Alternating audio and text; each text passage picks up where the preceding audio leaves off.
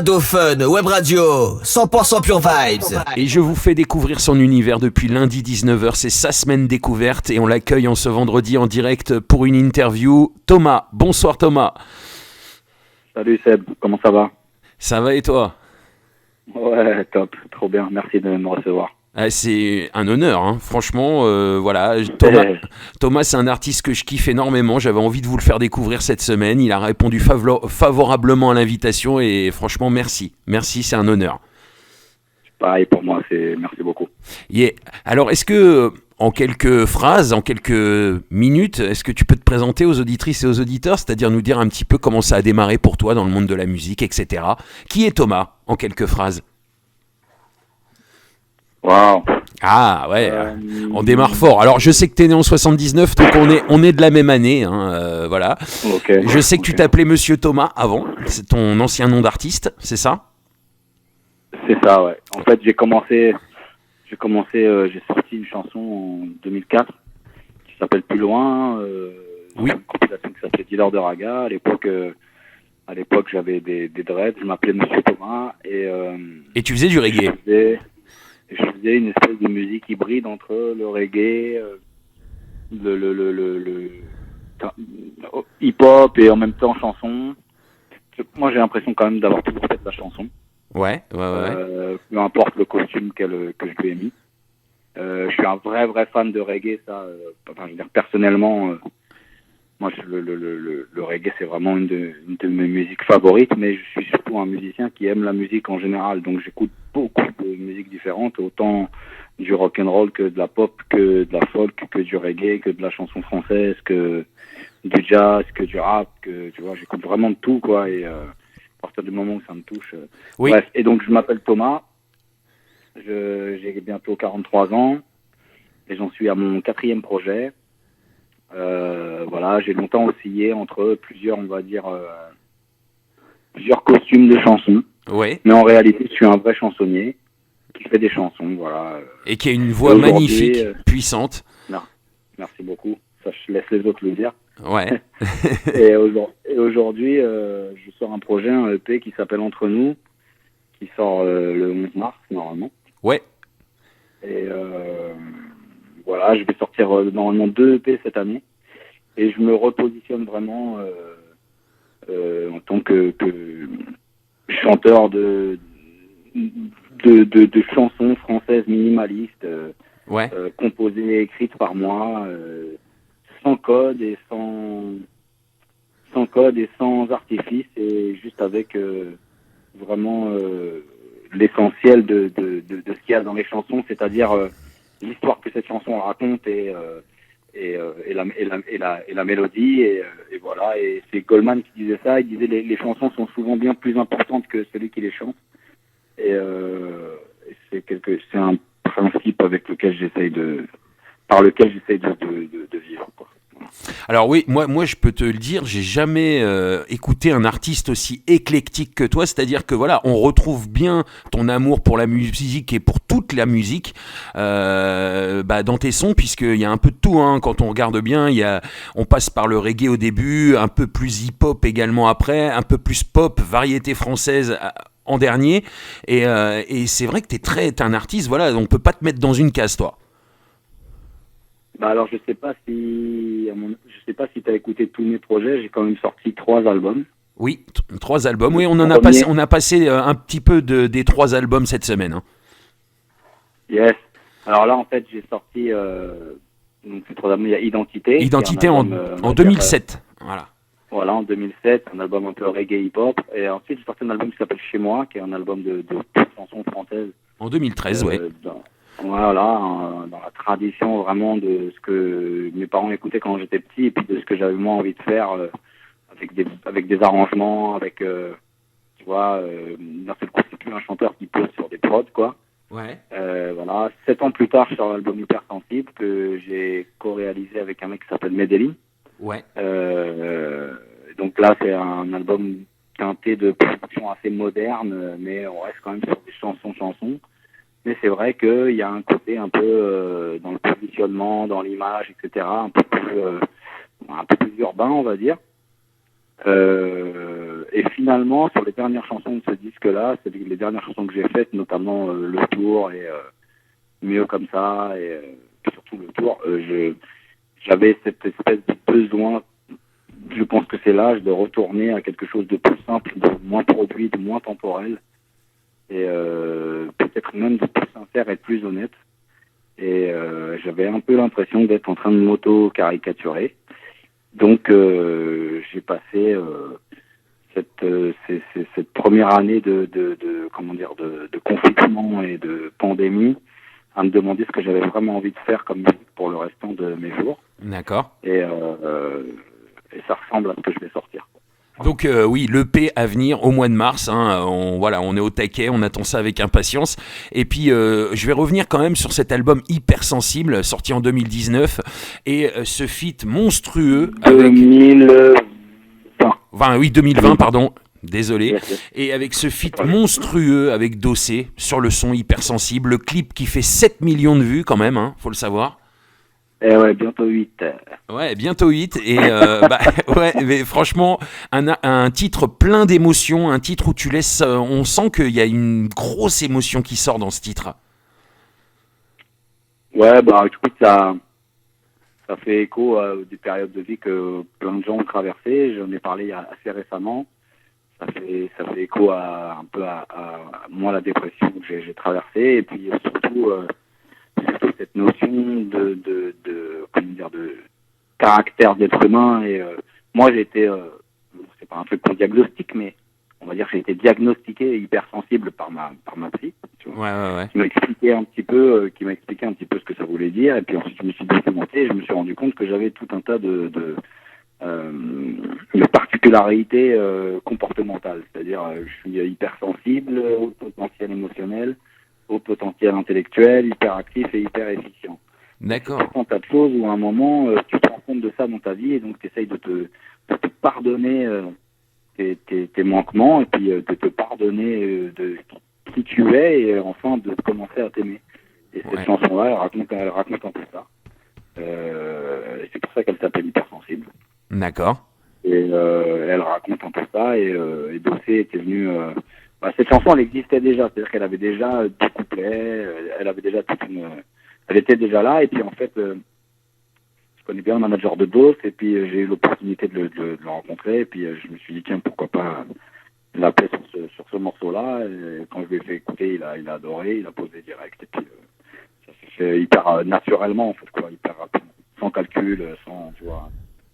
Et c'est vrai que le morceau a tout de suite fait du bruit, et c'est un des morceaux que les gens connaissent le mieux, ouais, évidemment. Ouais, alors novembre 2020, hein, donc sortie de ton troisième album Hypersensible avec 12 titres, 12 tueries, et ce morceau aussi, La Dalle, avec Attic. Comment ça s'est passé la rencontre avec Attic? On voit un gros buzz autour de lui en ce moment et depuis la sortie de la série Validée. Comment ça s'est passé la rencontre avec Attic? Ouais, je le connaissais d'avant, Attic. D'accord. C'est un pote. On se connaît bien, on travaillait dans le même studio. Moi, Attic, je l'ai connu le jour où il a été casté pour Valider. Il est arrivé au studio juste après. Il m'a dit, ouais, je crois que c'est bon, là. Je pense qu'ils vont me prendre.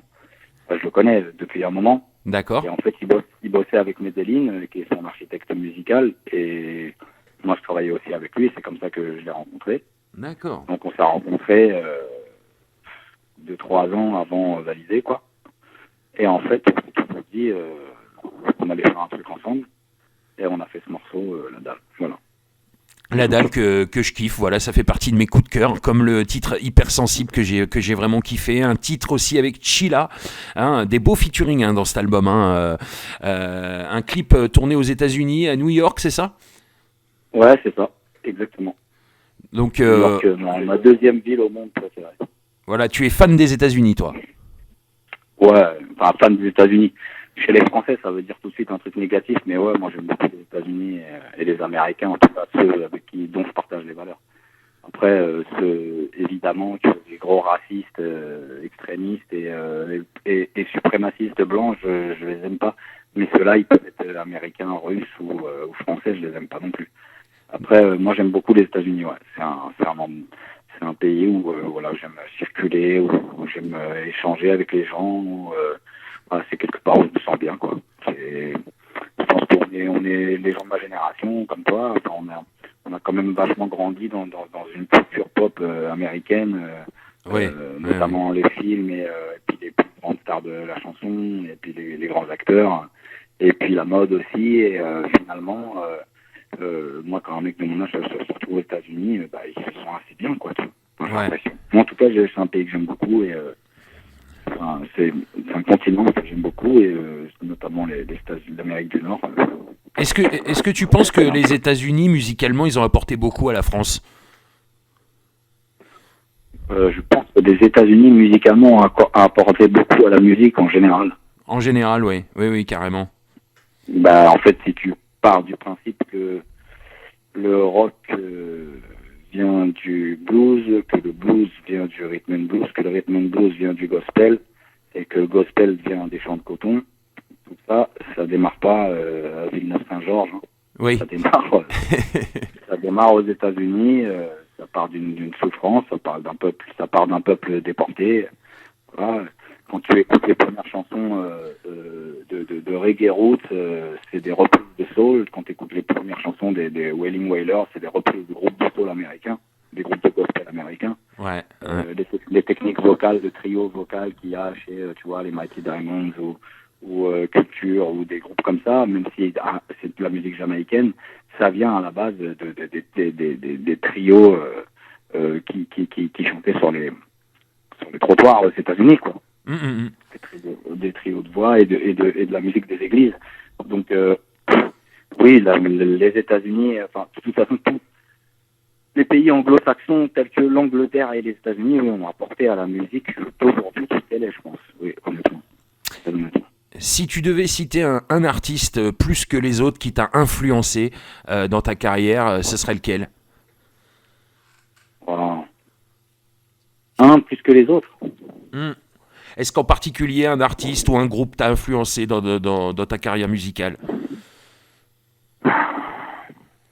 Est-ce que tu peux en citer plusieurs si vraiment t'arrives pas à en citer qu'un? Ouais, j'arrive pas à en extraire un, quoi. Tu vois, c'est super dur d'en extraire un. Mais si je devais en extraire un, là, je crois que je dirais Ben Harper.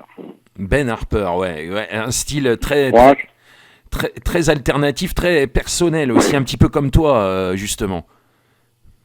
En tout cas, je pense qu'il a été plus constant, en tout cas dans sa proposition, certainement que moi. Mais par contre, j'ai l'impression que moi, c'est le début de ma carrière aujourd'hui, en fait, bizarrement, même si j'ai déjà quelques années de vol. J'ai l'impression d'être comme au début et de partir pour toute la suite, pour la deuxième mi-temps de ma vie, quoi, si tu veux. D'accord. Artiste, en tout cas.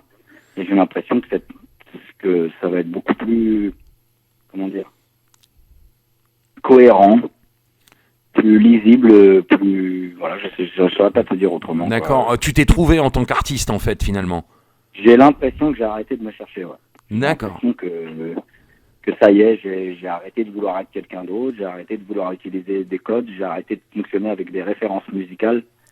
J'ai l'impression d'enfin être en train d'essayer de faire ma musique. Enfin, tu vois, au bout de tout ce temps. Après tout ce temps, voilà. Et c'est le sentiment artistiquement le plus gratifiant que j'ai pu sentir dans toute ma vie, avec celui de parfois prêter ma plume à d'autres artistes, quoi. D'accord, ok. Donc voilà, bon, mais c'était important d'en parler, c'est important parce que c'est vrai que on n'arrive pas, on voit ta carrière qui défile, des albums magnifiques, mais toujours des styles différents. Et finalement, on se demande si justement t'as trouvé ton propre style. Alors moi, j'ai toujours eu l'impression d'avoir un style qui est le mien. J'ai toujours refusé qu'on me compare, qu'on me dise que ça ressemble à ça ou ça.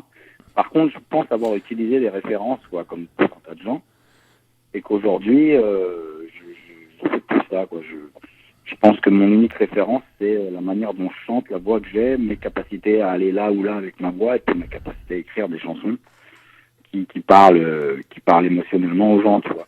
Mais après, le style musical, j'ai l'impression que c'est une discussion pour d'autres artistes qui ne me concernent pas. D'accord. Je fais de la chanson, c'est ça mon style musical, c'est de faire de la chanson. Quand Bernard Lavillier, il fait des chansons de reggae juste après avoir fait un album cubain. On lui demandait pas quel était son style musical. Oui, complètement, ouais. Tu vois, il fait des chansons. Quand Souchon, il fait un morceau de reggae, et puis après il fait une valse, et puis après il fait un truc avec que des synthés. Personne ne lui demande, quoi. Mais aujourd'hui, il faut que tu sois dans une case, quoi. Dans une case, ouais. Reggae, ou t'es un pro urbain, ou t'es un mec de la variété. Puis aujourd'hui, de faire de la variété, c'est très péjoratif. Mais bon, quand tu regardes la gueule un peu du paysage musical français en ce moment et de tout ce qui marche, je comprends que ce soit péjoratif. Mais oui. honnêtement, mais je mâche pas mes mots parce que voilà, pour moi, où sont les Balavoine, les Renaud, les Goldman, les Ferré, les Brel, quoi, tout ce qui a fait la grandeur de la chanson française. Ouais, les chansons à texte. Ouais, complètement, ouais. Ouais, les chansons à texte, les chansons pour les gens, les chansons où tu peux te reconnaître dedans, quoi. Où t'as pas un mec qui est en train d'expliquer, je sais pas, avec tous les lieux communs de la poésie d'aujourd'hui, que ça va aller dans ta vie, quoi. Je vois pas l'intérêt, ou comme ceux qui t'expliquent que c'est les plus gros dealers de la place et que ils vendent des kilos. Ouais, c'est vrai, ils sont en prison. Et tu vois, je trouve qu'on est là aujourd'hui en France, parce que le niveau de la musique, il ressemble au niveau des réseaux sociaux, quoi. C'est pas ouf. Ouais. Parce que tout ce qui est vraiment bien, c'est pas nécessairement ce qui est devant. Oui, ce qui est mis en avant. Ouais. Ouais, voilà, mais c'est pas grave parce qu'aujourd'hui on peut aller chercher les choses par nous-mêmes. Donc moi, tu vois, quand j'écoute un artiste, je sais pas, comme Ben Mazué, ou quand j'écoute Pomme, ou quand j'écoute Iseult, tu vois, je suis pas en train de me demander si ils font des millions de vues ou des millions de streams. Je m'en fous, en fait. Ce qui m'intéresse, c'est que ça me plaît, quoi. Et je trouve qu'aujourd'hui, on met en avant des gens parce qu'ils font des millions de streams, des millions de quelque chose. Et puis le mot artiste aussi est très galvaudé, je trouve, aujourd'hui. Parce que n'importe quel imbécile avec un autotune, il savait faire un artiste. Mais pour moi, c'est pas un artiste. Donc voilà, je suis un peu mélancolique d'une époque. D'une époque. Alors pour toi, la musique en France était mieux avant, hein, clairement. Non, pas du tout. Je parle pas de la musique, je parle de... Enfin, l'industrie de la musique. La chanson française, hein, je précise. Non, je parle uniquement de l'industrie de la musique, pas la chanson en elle-même. D'accord.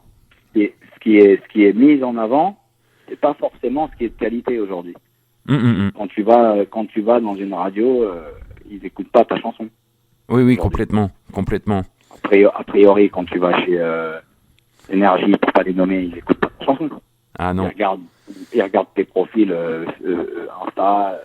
Ce que tu fais en stream, combien t'as d'auditeurs par mois, ils regardent ton taux de transformation sur YouTube, c'est ça qu'ils regardent. Même pas ta chanson. D'accord. C'est ça qu'ils font aujourd'hui, les gens. Et c'est bien dommage, c'est malheureux quand même. C'est malheureux quand même d'en arriver là, parce que c'est vrai que moi j'ai un artiste qui m'envoie du son, je l'écoute avant tout, c'est écouter d'abord, c'est la première chose à faire, quoi. Ouais, mais ça va avec le monde aujourd'hui, ultra capitaliste et sur le chiffre et le résultat. On est sur le résultat avant d'être sur le process. Donc voilà, moi ce qui m'intéresse, c'est le process, c'est le chemin pour arriver au résultat. Le résultat, moi je suis un rêveur, donc quand j'atteins un rêve, j'ai forcément besoin d'un autre rêve, sinon je meurs, tu vois. Donc moi, ce qui est intéressant, c'est le chemin.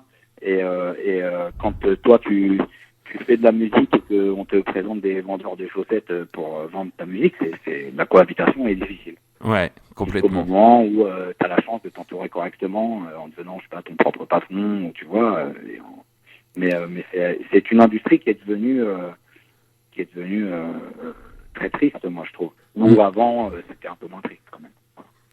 Alors donc on va passer au projet futur. Donc on le sait, on en a déjà parlé, hein. Il y a un EP qui est en préparation là, qui va sortir très très très très bientôt, donc au mois de mars, hein. Yes, c'est ça, le 11 mars. Le 11 mars, donc l'EP qui est le prochain EP donc de Thomas. Et donc évidemment que d'ici là on espère avoir des sons à diffuser de ce nouvel EP. Mais on a beaucoup donc passé cette semaine à écouter le dernier album, hein, sorti en 2020, donc Hypersensible, qui est vraiment une dinguerie, hein. Franchement, je kiffe cet album, vraiment énorme, hein. Vraiment énorme. Merci beaucoup, merci beaucoup. Et justement, ma dernière question avant de se quitter, voilà, elle est compliquée aussi. Hein. D'habitude, les artistes me disent qu'elle est compliquée. Si tu avais un son avant la sortie de l'EP, aujourd'hui, dans l'album Hypersensible que tu aimerais mettre en avant plus que les autres, ce serait lequel? Le tour. D'accord, bah t'as répondu direct, hein. Là par contre ça a été facile pour toi. Bah écoute, hein, ce titre va rentrer en playlist dès lundi sur Ado Fun Web Radio, voilà. Bah, c'est génial, merci beaucoup les mecs, ça tue. Voilà, sachant qu'il y a déjà le son avec Attic et le son avec Dossé qui sont déjà en playlist depuis un bon moment. Ouais, bah écoute, franchement c'est super. Après, je suis ravi d'avoir fait ces featuring et voilà. Mais je tiens quand même à dire que je fais plus de featuring, je pense, aujourd'hui. D'accord, tu fais plus de featuring, donc ça c'est une décision que tu as prise. Ouais, parce que j'ai besoin d'affirmer mon travail et de pas être forcément associé au travail d'un autre. D'accord. Chaque fois qu'on me parle d'hypersensible, on me parle des featuring. Et je suis reconnaissant qu'on parle de ce disque-là, mais si j'avais fait des featuring avec des gens qui n'étaient pas connus, je serais pas sûr qu'on m'en parle autant. Et c'est clair. C'est un peu ce qui me gêne, je t'avoue. Et donc je me dis que là maintenant, bah, tu vois, je fais un seul duo dans le deuxième EP que je sors cette année, et c'est avec ma fille. D'accord. Qui a 22 ans en mars là. D'accord. Aussi. Elle est chanteuse aussi. Mais voilà. Mais c'est pas par par dépit d'opportunité. J'ai plein d'opportunités. Mais il est temps pour moi de faire ce que j'ai à faire. Et puis quand je referai des collaborations, ce sera pas des featuring, ce sera des vrais duos. Et que les artistes porteront avec moi parce qu'ils l'auront accepté au préalable et que ce sera pas juste des featuring où il y a un couplet chanté par... Alors, mais c'était déjà ce que je faisais, hein, tu me diras. Alors, depuis le début de ta carrière, il y a quand même eu pas mal de sons, même tout seul, qui ont vraiment très très bien marché, notamment ce titre Plus Loin que tu as sorti sur la compile Dealer de Reggae. Il y a L'amour à la plage que j'aime beaucoup, Vrai Frérot aussi, Les Bâtisseurs de France. L'amour à la plage, je sais pas de quoi tu parles, c'est pas moi. L'amour à la plage, c'est Niagara. Alors, je ne sais pas. Hier, t'as passé un truc qui s'appelle L'amour à la plage et je pense que ça doit être un mec qui s'appelle Thomas, mais c'est pas moi. D'accord, bah écoute, c'est la première fois que ça m'arrive ça, tiens. C'est pas, bah écoute... c'est vraiment pas moi, quoi. Pour le coup, ça me ressemble absolument pas en termes de... Enfin bref, c'est pas après ça. Alors, il y a Les Bâtisseurs de France, voilà, que j'ai... Ça, c'est moi. Que j'ai vraiment kiffé, voilà, donc également sur Livraison Reggae, Les Jeunes de mon quartier, c'est bien toi. Ah ouais, ça c'est moi. Voilà, en 2010, voilà, il y avait aussi cette compile où tu as posé, il y a donc ce titre Plus Loin aussi, il y a Rendez-vous aussi que j'ai bien kiffé avec Féfé. Livraison Reggae, c'est dans Les Jeunes de mon quartier, c'est dans mon premier album. Oui, et mais ensuite, il est ressorti. Il y a des gens qui avaient fait une compilation reggae qui s'appelle Livraison Reggae et qui m'avaient fait chanter Les Jeunes de mon quartier sur un redeem en prétextant que c'était un dubplate. Et en fait, ils l'ont sorti dans une compile, ce qui est pas très bien, je trouve. D'accord. Moi, je suis pas un mec qui a une langue de bois, donc je dis tout. Ah oui, voilà, il est cash Thomas, hein, de ouf. Hein. Parce qu'en plus, voilà, je pensais pas du tout, tu vois, bon, c'est vrai que je connais beaucoup de sons que tu as fait, mais alors vraiment là, je suis désolé de m'être trompé comme ça, voilà, désolé. Non, t'inquiète, c'est pas grave, mais je te dis quoi, je suis obligé de te dire, je vais pas faire semblant, tu vois. Mais c'est vrai que à la base, Les Jeunes de mon quartier, c'est une chanson de l'album Identité, c'est un guitare-voix de l'album Identité. D'accord. C'est un guitare. En plus, c'est un guitare-voix de base. Il y avait pas c'était pas un son reggae quoi de base. Il y a pas de prod, il y a rien du tout. C'est un guitare-voix. D'accord. Que j'ai écrit après qu'on se soit fait tirer dessus avec un pote à moi. Et un magnifique titre aussi. Je voulais aussi parler de ce titre avant de finir. Toute seule, qui est sorti en clip et en single. Et donc, parle-nous un petit peu de ce titre avant de se quitter. Écoute, Toute seule, c'est une chanson que j'ai dédiée à ma fille, qui parle un peu des difficultés qu'il peut y avoir dans la vie entre une fille et sa maman.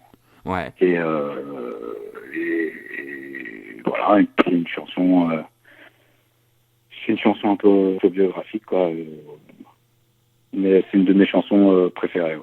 D'accord. Donc celle-là aussi, on l'a mise en avant et celle-là aussi, elle est en playlist depuis sa sortie en fait sur Adophone Web Radio. Voilà. Ah ouais, c'est top. Ah ouais, donc Adophone, vous jouez là les titres quoi de moi. Voilà. Donc alors j'étais en train de regarder, mais il y a 4 titres qui sont déjà en playlist et donc on va rajouter celui-là, le 5e, celui que tu as choisi, donc extrait de l'album Hypersensible. Eh ben, merci beaucoup. Hein. Franchement, je remercierai toute l'équipe de la radio. Et puis, voilà, c'est cool de savoir que vous me soutenez. Voilà. Non, mais c'est important, on fait une semaine découverte, on soutient les artistes, mais c'est pas une fin en soi, on continue de les diffuser, on continue de les suivre. Et d'ailleurs, je t'invite à me tenir au courant. Alors, dès que l'EP sort, moi j'ai envie de refaire une semaine découverte pour faire découvrir ton nouvel EP aux auditrices et aux auditeurs. Hein. Ce serait cool. Ah bah ça, tu fais comme tu veux, ça. Eh ben, on va le faire, En fait, voilà. Si ton émission, c'est une émission reggae hip-hop, je suis pas sûr que ça rentre dans ce cadre-là. Mais alors, par contre, franchement, honnêtement, tu vois, bon, je passe du reggae et du hip-hop avant, je passe du reggae et du hip-hop après, mais ça fait pas du tout, en fait, comme t'as tellement de sons différents, ça passe très bien, ça passe crème en fait au milieu de mes sons à moi. Et j'ai trouvé, je voulais te le dire d'ailleurs, et c'est vrai que j'ai trouvé cette semaine que malgré qu'il y ait des sons qui sont vraiment variétés françaises, il y a même des sons qui sont un petit peu rock, et ben non, ça passe bien au milieu du reggae et du hip-hop justement, le son de Thomas. bon bah top, tant mieux. Hein. Voilà. En tout cas, ça a été un plaisir et un honneur de faire découvrir ton univers aux auditrices et aux auditeurs cette semaine. Vraiment, sincèrement, du fond du cœur. Et j'ai vraiment kiffé ce petit moment passé avec toi en cette fin de semaine. Ah, merci, c'est réciproque. Franchement, ça fait plaisir. Ça fait plaisir et j'ai hâte que mon prochain projet sorte. Là. Je pense que c'est le meilleur travail que j'ai fait à ce jour. D'accord. J'ai d'ailleurs sorti un morceau qui s'appelle Quelqu'un qui sait, qui est sorti le 3 décembre. D'accord. Qui est clippé, qui est sur YouTube. Tu peux aller le voir, c'est un beau clip que j'ai fait en Islande avec ma fille.